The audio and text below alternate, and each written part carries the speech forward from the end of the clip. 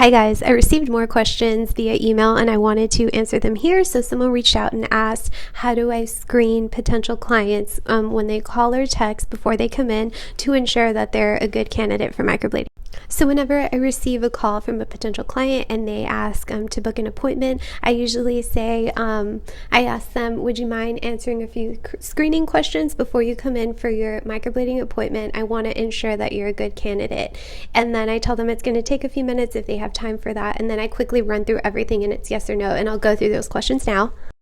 So the first one is, are you currently pregnant or breastfeeding?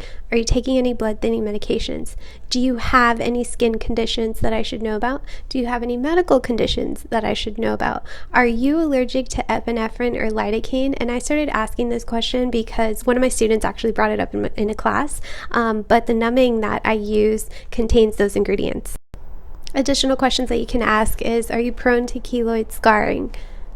Have you ever experienced hyperpigmentation? And most of my clients don't know. When I ask about keloid scarring, they're like, no, what is that? So I kind of explain that to them, so be prepared to do that, as well as hyperpigmentation.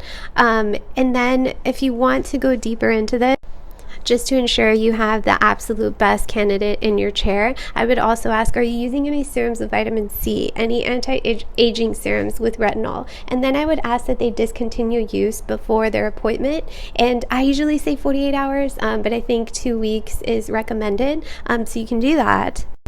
And I always save this question for last, but I ask, have you ever had previous work done to your brows before, any kind of permanent makeup whatsoever?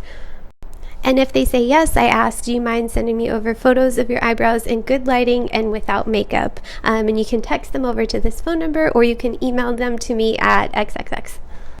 Now let's say they send you over the photos and they are super saturated. They're dense, they're very saturated. You can tell they were tattooed on too deep. The ink was wrong and had high carbon or something like that. That's when you can continue the conversation and recommend, what I usually do is I recommend a local laser place. It's a med spa and they do laser removal and for tattooing, and so I'll recommend them over to them, and they know that I'm sending their client. I send my clients over there before coming to me, so they keep that conversation going, right? So typically when my clients go over there, they'll say like, what are you planning on doing? And then they kind of drop my name, so we have that relationship going. So you're keeping the client in the ecosystem, and I think that has been key in bringing them back to you, or at least to me, to do their brows and fix whatever situation they have going on.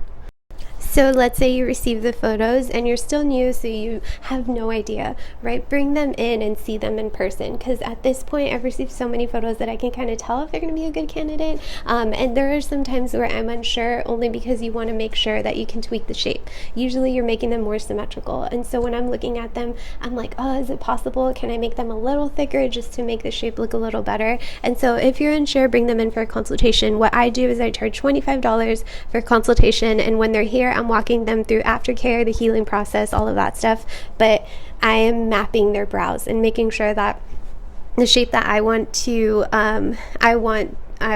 use for microblading, or the shape that I'm going to present to them, can incorporate the previous shape, because you never want double work going on double tails or whatever that may look like. And the $25 fee that I charge goes towards their next booked appointment, so that's a way that you're not wasting your time doing a consultation.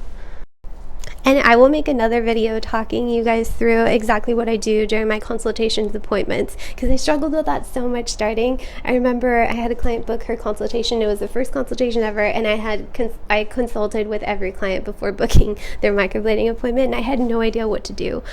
So I'll walk you through exactly what I do, but if you have any questions, feel free to comment below or send me an email at victoria@browbeautybyvictoria.com. But thanks guys, I hope this helped.